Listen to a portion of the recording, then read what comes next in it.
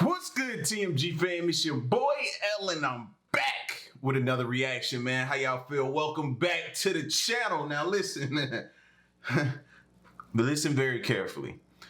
The $148 million sports car built to beat Tesla. $148 million sports car built to beat Tesla. That's what we about to check out right now, bro. I'm so excited to hear about this video. And the reason why I'm excited, because I get to watch it before my son do.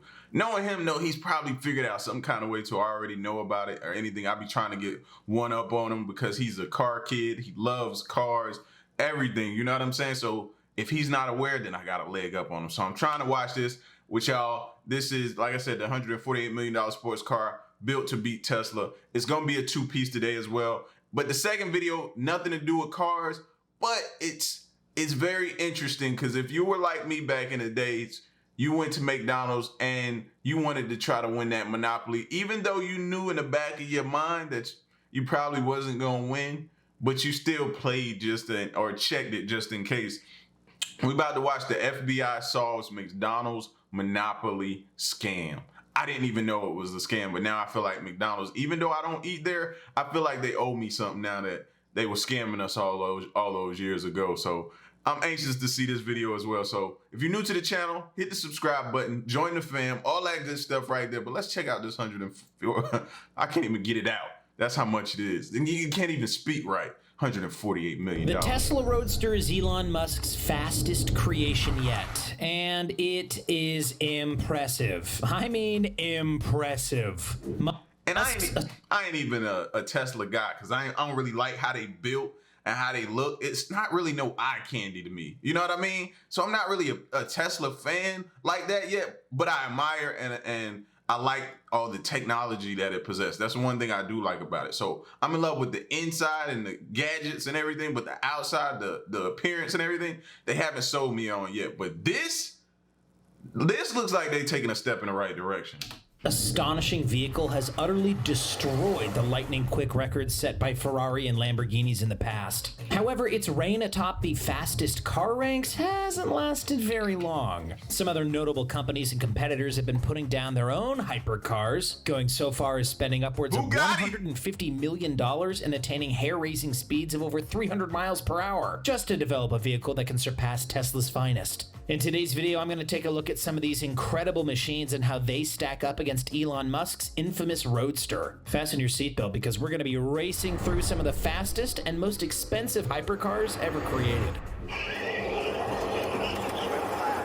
Oh my God! Before I get to the competition... Bro, it almost looked like he was traveling the speed of light in that background. You seen that? Let's take a look at the benchmark, the Tesla Roadster, and what a benchmark it is. Leading up to the release of this vehicle, there was serious hype, and with good reason. Allow me to share some staggering statistics on the car. The Tesla Roadster has a top speed of over 250 miles per hour and a quarter-mile time of just 8.8 seconds. That translates to a 0 to 60 mph acceleration in a mere 1.9 seconds. For reference, F1 vehicles achieve the same feat in 1.6. So for about 1.9 seconds, Tesla is tearing everybody out the frame. Like, they killing everybody. Yeah, that's less time than it just took your jaw to drop. Though the company website does not specify the horsepower produced by the 3 electric engines, the Tesla Roadster is seriously fast. The car retails at $257,000 and Tesla is currently taking reservations. No doubt it'll take a few sales for Musk to recoup the large portion of Tesla's $1.4 billion research and development budget that helped make the Roadster a reality in the first place. However, all of the impressive things I just told you about the Tesla may be causing some people to put their car on an undeserved pedestal. In reality, there are a number of other vehicles that can leave the Roadster in the dust. Don't believe me? Just wait and see.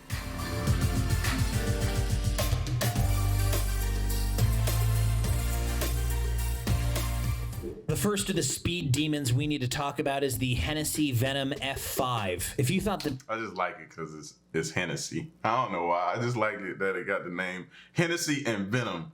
Hennessy and Venom just make that car just even better. When you got a great name to go along with your product, and your product looks good, oh, you winning already. Name was intimidating? Wait until you hear the top speed. The Venom F5 tops out at 301 miles per hour. Woo. Yeah, you heard that correctly. The Venom F5's top speed blows the Tesla Roadster clean out of the water. But what's most shocking about this is that it isn't even the fastest car on the list. That would be the Bugatti Chiron. But we'll get to that real soon. So how does the Venom F5 stack up against the Roadster? Well, its top speed is certainly higher. It puts out over 1,800 horsepower and does 0 to 60 in 2.4 seconds, which is a little bit slower than the Tesla. You may be wondering, how can I get my hands on one of these? Well, it'll be pretty hard, as Hennessy is only building 24 of them in 2020, and the base price is a whopping $1.8 million. But if you're rich and influential enough, maybe they can squeeze you onto their list.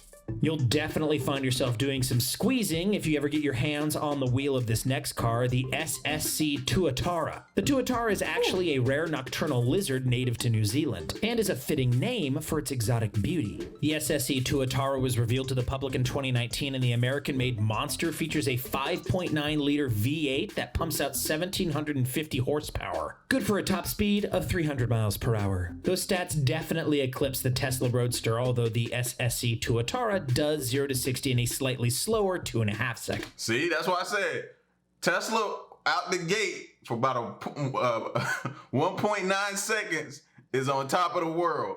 But after that, it's over with. It's over with. Let's get to the Bugatti, though. That's my baby right there. I need that Bugatti. Compared to Tesla's 1.9. SSC or Shelby supercars only produced 100 of the Tuatara, tacking on a steep $1.3 million price tag. To put that in perspective, you could buy 5 Roadsters for that price, though your collection might not be as exclusive. If you're enjoying this video, please be sure to click the like button and leave a comment. Your engagement is what gets my engine revving. All right, let's get back to the track. This next car had a difficult name to pronounce, and it might be even harder to see when it's blowing past you on the road. It's Koenigsegg Jesko. Jesko is an homage to the company's founder, Jesko Koenigsegg, and also means the brave one in German. The name is fitting because it'll... Y'all saw that? It looked like a transformer. Watch how the side mirrors and everything do once the doors lift up. Jesko Koenigsegg, and also means the brave one in German. The name is fitting because it'll take some bravery to get behind the wheel of this machine. The Jesko was revealed in 2019 at the Geneva Motor Show and features a 5-liter twin turbocharged V8 that cranks out 1,600 horsepower. Koenigsegg produced only 125 units of this supercar and charged a whopping $2.8 million each. In spite of that, the company had absolutely no problem selling the car, as they were sold out even before the car was unveiled in Geneva. The car has a staggering top speed of 300 miles. Before it was even out, they sold out. They sold out, fam. Like, I don't feel like they making their money back, but we'll see. Per hour, which surpasses the Tesla Roadster. However, and this is becoming a trend, it does 0 to 60 in 2.5 seconds, which again can't quite match Musk's Roadster. Still, this car is seriously fast. Just take a look at the Jesko effortlessly sailing past a Bugatti Veyron. Not too shabby. Though the Jesko beat the Bugatti Veyron, which is impressive, it definitely does not beat the next Bugatti, the Chiron. While its predecessor topped out at 267 miles per hour, the Chiron eclipses all other top speeds with a record 304 miles per hour. That get you some! 304 miles an hour. You don't want it with the Chiron. What's the price on the Chiron? That's right. This is currently the fastest supercar in the world. The Chiron's first edition was unveiled at the Geneva Motor Show in 2016 and features Bugatti's signature 8-liter quad turbocharged W16 engine. The Chiron creates a modest 1,480 horsepower, which is somewhat less than many of its closest competitors in spite of its record top speed. But how does it stack up against the Tesla Roadster? Well, the story is much the same. Although it surpasses the Tesla and other key stats, the Chiron does 0 to 60 in an impressive 2.4 seconds. That still falls flat to Tesla's 1.9 second benchmark. Although it's safe to say that after 1.9 seconds, the Chiron would remain comfortably ahead of the Roadster. In 2020, Bugatti will be building 20 of these very special machines, and each one will sell for $3 million. Yep, all I can do is dream. All I can do is dream. Anybody out there got a Bugatti, I'm pulling up to you. All you got to tell me is you got the Bugatti. Show me, prove it. We figure out. I'm pulling up to you, fam. Like, I gotta, like, me and my son pulling up. We gotta, like, just embrace and be around that car, man. That's like our dream car right there. I just can't see myself spending $3 million on that. $3 million? Every car we've seen so far would beat the Tesla in top speed, but not in acceleration. Well, this next car is finally going to change that pattern. That car would be the Porsche Taycan. This extraordinary vehicle produces a mind-blowing 1914 horsepower, can achieve a top speed of 257 miles per hour, and can accelerate from 0 to 60 in 1.85 seconds flat. Given these stats, the Porsche Taycan is the only car that completely sweeps the Tesla Roadster in all statistics. However, there is one area where the Tesla Roadster surpasses it. The Taycan, like the Roadster, is fully electric. However, the Taycan only does 400 miles in a single charge, whereas the Roadster does 620. The exterior of the car is absolutely gorgeous, featuring those distinct Porsche lines, though packaged... Somebody got to break that down to me too, man. Like, if I wanted to take a ride from, let's say, Atlanta to New Jersey, right? And is there like designated stops, places that you could stop and charge up, and then what's the cost on that? Because let's just say, I think eventually all cars are gonna be that way. Eventually, you know what I'm saying? You're not gonna really have a choice. So, like, how do you do that? And you know what I'm saying? If you run out of a charge, how long does it take to charge it? And then you know what I'm saying? Is there like a fast charge where you can get in and get out, or are you there for a couple hours, or what? You know what I'm saying? Like, some stuff I'm interested in knowing. In a new and exciting way that demonstrates the car's innovative origins. Porsche's claimed that they spent over $1 billion. Yeah, that's B for a billion developing the Taycan. With a price tag of only $125,000 and the stats as impressive as they are, this car may just be the one to knock Elon Musk off his pedestal for good. Now that we've got our focus on acceleration, let's... Everybody trying to beat Elon Musk, bro.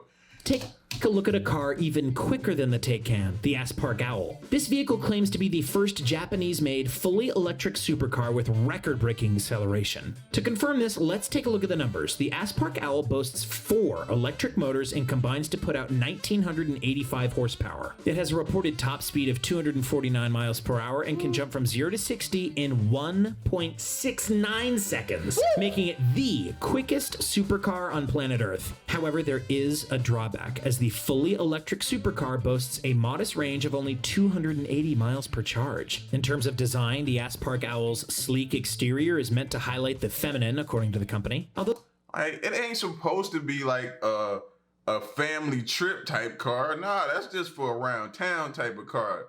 To show up to find you a gold digger for the night type of car. You know what I'm saying? That's that type of car. That's what that's gonna attract. This ain't for no family trip or no cross-country voyage. It's not. Though the exotic beauty is still in production, the company has claimed that they'll be producing up to 50 of them in late 2020, and that they'll have a projected price tag of $3.2 million. Can you imagine? But hey, with an electric engine and the title of quickest car on planet Earth, maybe that's money well spent. Electric engines and hefty price tags abound on this list, and the next car is more of the same, the Rimac Concept 2. Founded by 30-year-old Croatian visionary Mate Rimac in 2009, Rimac calls themselves a technology powerhouse, and they certainly are. The company's been providing electric motors for companies like Koenigsegg and Jaguar, and recently signed a $158 million deal with the Camel Group to create improvements on their electric motors in China. Their latest masterpiece, the Concept 2, is an all-electric and downright futuristic hypercar with 1,914 horsepower, a top speed of 258 miles per hour, and a 0 to 60 acceleration time of only 1.85 seconds. These stats, as you may have noticed, sweep those of the Tesla Roadster. In terms of range, however, Elon Musk remains on top, as the Rimac Concept 2's range tops out at 400 miles per charge. That being said, the Concept 2 does hold the futuristic perk of being able to start via facial recognition. The company's made only 150 Concept 2s and tacked on a base price of $2 million. However, being the technological powerhouse they are, Rimac also offers $600,000 worth in options for those who want to be right on the cutting edge. If that was you, look no further than the Zing Mobility Miss R prototype. Though this car is not yet in production, Taiwanese company Zing Mobility has made it clear that they want to create a supercar quicker than the Tesla Roadster. The company is relatively unknown, and in fact only has one other model, the hilariously named Mr. T electric truck unveiled at the Taipei Autotronics show. It's unclear when the car will go into production, but Zing Mobility claims its Miss R model will produce 1,341 horsepower and accelerate from 0 to 60 in 1.8 seconds. seconds. The car's exterior may be lacking the flash and dazzle of many of the competitors on this list, but Zing Mobility claims the Miss R will be rally-inspired, and so capable of driving on dirt or gravel as well as on pavement. That would certainly distinguish Miss R from the competitors. What do you think about Miss R's design? Let me know if looks are a deal breaker for you in the comments below. All this talk about the future has me looking ahead to this next car, the Pininfarina Battista. Arriving in 2020, the Battista will be the perfect marriage between style and power. And it's fully electric. Hand assembled in Italy, the Battista features a 1900 horsepower electric engine that leaps from 0 to 60 in under 2 seconds. Pininfarina's team of engineers and designers also have relationships with Rimac, who have helped the Battista's technological components, and with Ferrari, as Pininfarina has helped to craft over 100 Ferrari models since 1947. The most recent of these was the Ferrari Sergio, named after Sergio Pininfarina. Give off, dang. I was just about to say give off like a BMW style a little bit, but look at the inside, bro. Like, I couldn't even let my kids get in that, man. You got kids like I do, you got them seat stains from where they done spilled everything. You get a car like that, no. Pininfarina's design house founder. However, the Ferrari Sergio and its $3 million price tag couldn't quite match the performance of the more modestly priced $2 million Battista. Pininfarina plans to build 150 units of the Battista, making it one of the more exclusive and expensive cars on the list. However, the most expensive honors go to the Bugatti Chiron and its $3 million price. Well, that's all for today. What do you think of the... Listen, man, don't it feel good to window shop? Because that's all I just did was window shop. There's no way I have the ability to get that currently. Now, something may happen in the future, and I may, if I get that Chiron, oh, y'all will know about it. Trust me. It's one of the most intricate criminal cases of all time, yet very little remember when the financial conspiracy came to light. For 12 years, Jerome Jacobson stole millions from McDonald's. He sucked in strangers to aid in his greedy scheme, many of whom had no idea what was actually happening. Jacobson did this through McDonald's Monopoly promotional game. They sent out 50 million prize-winning labels, yet the top prizes were already safely in Jacobson's possession. All he had to do was wait until he could sell the prize to a money-hungry soul. McDonald's is one of the most successful fast food chains in the world. Across the globe, the powerhouse franchise has over 37,000 restaurants. In 2017, McDonald's had an annual revenue of $37 billion. For comparison, in the same year, Burger King brought in almost $10 billion. McDonald's is the clear top dog in the fast food world. However, they're always looking to increase their sales just a bit more. Previously, they've done this by adding in the Happy Meal product. This scheme was aimed at children. It comes with a toy to entice. I thought that's when that kind of put them over the top. Because, you know, kids, get them a Happy Meal. Happy Meal, why? Because it came with a toy. That was their selling point, and it worked. That was like the greatest marketing scheme ever. Kids to purchase the meal deal over and over and collect them all, just like Pokemon. Yet, for the adults, there's a different game. One that's compared to a type of gambling. Yes, Monopoly. The board game franchise joined forces with McDonald's to promote their adult-aimed game. Real prizes such as cars, holidays, and cash are given out. All a person has to do to take part is purchase McDonald's products. Let's take a gander at the Monopoly game that happens every year. Monopoly labels are placed on the food containers. You can also write a letter to McDonald's to request the labels. How it works is similar to the board game. Collect pieces of locations that match on the board to win a prize. Depending on the matches made, the prize quality will vary. You can even print off a board from their website. Yet to match all the pieces, McDonald's will make one of the label places extremely rare. One of the matched pieces will have a rarity of 1 in 150 million. However, there are also instant win labels. These aren't related to the Monopoly board. Instead, you just win a prize if you find one. Mostly you win free food, yet getting a life-changing prize is tricky. For the prize of $1 million, the odds are 1 in 250 million. The game is very much stacked against the players. Back in the early days of the game, McDonald's printed off 500 million labels. When laid out next to each other, it's enough to stretch from New York to Sydney, Australia. The marketing company behind the game was Los Angeles. How y'all feel right about now hearing this? Feel like we was played? I don't feel like I was played, but I feel like I knew I was right. Because you always be like, man, I don't have it. It's just like the lottery. You be like, man, I be feeling like the lottery is rigged. So if this is rigged, you can't tell me that the lottery not rigged, bro. Come on.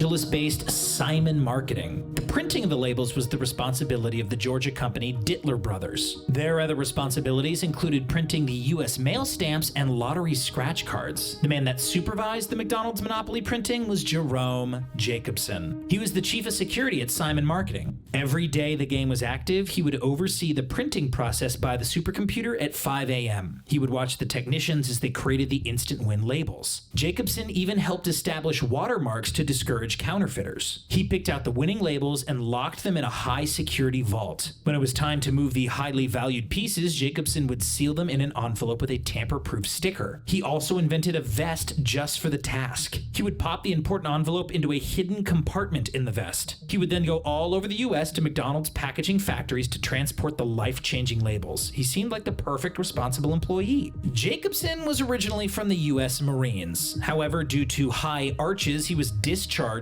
during basic training. From there, he found himself in the police force. 1 year into his career, he suffered an injury. After further complications from the injury that delayed his return to the force, the Florida Police Department just let him go. He would later find a role in private security for Dittler Brothers. He was soon overseeing production with Dittler Brothers' top client, Simon Marketing. Impressed with his work, Simon Marketing would poach Jacobson and offer him the role of head of security. It didn't take long for Jacobson to let the newfound power take over, though. He would micromanage employees by writing them up for petty reasons. Jacobson was now making $70,000 per year, 6 times as much as he was making for the police. He also had an expense account that he took full advantage of. He would fly first class on trips to factories and took advantage of the onboard extras. After every time he visited the factories, he would arrive at steakhouses and order everything off the menu. Greed was gripping Jacobson even more. In 1989, Jacobson's descent into fraud began. During a family gathering, he passed his stepbrother, Marvin Braun, a game piece worth a staggering $25,000. Like, what did they expect? What did they expect? You dangle that carrot in front of a rabbit, what are you gonna do? Eventually he gonna get to it. He gonna figure out a way. Like, what did y'all expect to happen? He gave it to us, but at least he kept it in the fam, though. Jacobson would later say he wasn't sure why he did this, but suspected that he did it in order to show off. Later on, Jacobson handed Braun 3 more pieces, one of which included a $1 million prize. Yet Braun didn't need the money. He had second thoughts and flushed away the high-valued label in the toilet. Once word got out about Jacobson's position at Simon Marketing, a butcher, Jacobson's friend from Atlanta, got in touch with him. He wanted to win a Monopoly prize. Jacobson agreed to help him out, but for a price. However, the butcher had to get someone else to claim the prize. It'd be too suspicious if a friend of Jacobson won a big sum. Eventually, the prize for $10,000 was handed over. Jacobson received $2,000 for his troubles. Later on, the butcher wanted a bigger prize of $200,000. Jacobson agreed, but for a $45,000 cut. However, once the butcher got the ticket, he cheated the cheater. He gave Jacobson $4,000 instead. He then celebrated his win on a McDonald's advertisement, an act which angered Jacobson. One of the main reasons that Jacobson remained undetected for so long was due to his co-conspirators. He chose them at random. No one that could easily be linked back to him. One of these meetings happened in Atlanta's airport in 1995. Gennaro Colombo sat next to Jacobson. Soon, the two chatted. Colombo claimed to be involved in New York's Colombo crime family. The two soon got to work. Jacobson handed Colombo a label that won a Dodge Viper. He would even be in a McDonald's advertisement due to the win. Colombo worked as a middleman of sorts. Jacobson would hand over the labels, and then he'd sell them and pass the percentage of the money back to Jacobson. The receivers of the prize would need to drive across the country. Bro, this thing was deep, bro. Yo, this thing goes deep. They got crime families involved. Come on, fam. All the while, we going to McDonald's, getting these drinks or getting these meals and keeping up with these little tickets. Never had a chance of winning whatsoever. It was controlled. To claim it though, even pretending they live in new areas, all to avoid any suspicion. However, in 1998, Colombo was involved in a lethal car accident and was unable to continue the scheme. So Jacobson looked for a new partner. He found Don Hart on a cruise ship they were both on. Hart had a lot of connections around the country. He was interested in Jacobson's proposal, but he was honest. Yet still, he agreed to try Jacobson's scheme. After Hart's associate redeemed a $200,000 label from Jacobson, Hart got cold feet. He He couldn't be involved in a situation such as this, but he did introduce Jacobson to some friends that might be able to help. All this time, no one caught onto Jacobson's scheme. Mostly it was due to luck and a touch of care, but in 2000, the FBI received an anonymous tip. The tip claimed that Uncle Jerry had been rigging the McDonald's Monopoly game. Columbo's wife, Robin Columbo, believes this tip came from her former husband's family. Robin had tried to keep her son out of her father's criminal family clutches, and on top of that, Robin believed the family wanted revenge for her husband's untimely end. They blamed her for the accident. As a result, Robin believed they wanted her locked up and punished. Once the FBI was informed, Richard Dent took on the case. He examined the past big winners of the game. With the help from McDonald's spokesperson Amy Murray, they realized the winners were lying about the areas that they lived in. With that, Operation Final Answer was created, inspired by Who Wants to Be a Millionaire. 25 FBI agents across the US tracked 20,000 phone numbers and recorded 235 cassette tapes of telephone conversations. So in the year 2000, Jacobson had brought Dwight Baker onto the scheme. Baker was suffering from financial issues and was glad to be the new middleman. Baker used a fake story to sell a $1 million ticket to his former foster child, George Chandler. Baker gave instructions for Chandler not to participate in any McDonald's promotion. However, Chandler did. The video of the incident alerted the FBI. Shortly after, Baker was given another $1 million label, which he sold to Ronnie Huey. Baker also sold a $500,000 label to his sister-in-law, Brenda Phoenix. Baker told them how to set up their fake lives and how to collect the prizes. When Huey won, McDonald's informed the FBI. The FBI realized Huey didn't live in Tennessee, but in South Carolina, just miles from George Chandler. So the FBI looked into Phoenix's recent win too. They realized that they started getting sloppy. she actually lived in South Carolina as well. In the middle of these three winning areas was Jacobson. In 2001, the FBI needed one final game to gather enough evidence on Jacobson. McDonald's were reluctant as their image would be damaged further, but they eventually agreed. 57 million game boards were distributed to issues of Sports Illustrated, People, and Time magazines. However, the biggest prize labels were already in Jacobson's possession. He gave one to Andrew Glom, a convicted drug trafficker that worked with him, and the other labels went to Baker. The FBI then listened from wiretaps on the suspects' phones as the men schemed. They also began surveilling the group of fraudsters. Soon they had enough evidence to finally catch the infamous criminals. So they set up a McDonald's promotional interview with Glom's $1 million winner Michael Hoover. Only it was actually FBI agents undercover as the filming crew. By the end of August, the FBI had made a number of arrests of Jacobson's associates. They also arrested the mastermind himself, Jerome Jacobson. He hoped his kind act of 1995, when he donated a $1 million prize to St. Jude Children's Research Hospital, would work in his favor. However, altogether, he'd stolen $24 million. Oh, nah, fam. Can't get out of this one. Nah. The arrest made national news. Simon Marketing didn't understand how the man they trusted could do this to them, yet it got worse when McDonald's dropped them as a client. The company folded shortly after. Jacobson was looking at 9 charges, each with a 5-year stretch in prison. However, due to a signed confession and pleading guilty, Jacobson was sentenced to only 15. You see they used to go to jail. Defendants were convicted altogether. Many of Jacobson's main group received a sentence of at least a year in prison too. However, the court case happened on the 10th of September 2001, one day before the harrowing attacks of 9/11, oddly enough. As such, there was little media attention on this multi-million-dollar fraud case. Many of the winners were spared prison time, but they had to pay back their winnings at $50 a month. And that's it. There was a lot of information in there, I know. It's one of the most intricate fraud cases of all time.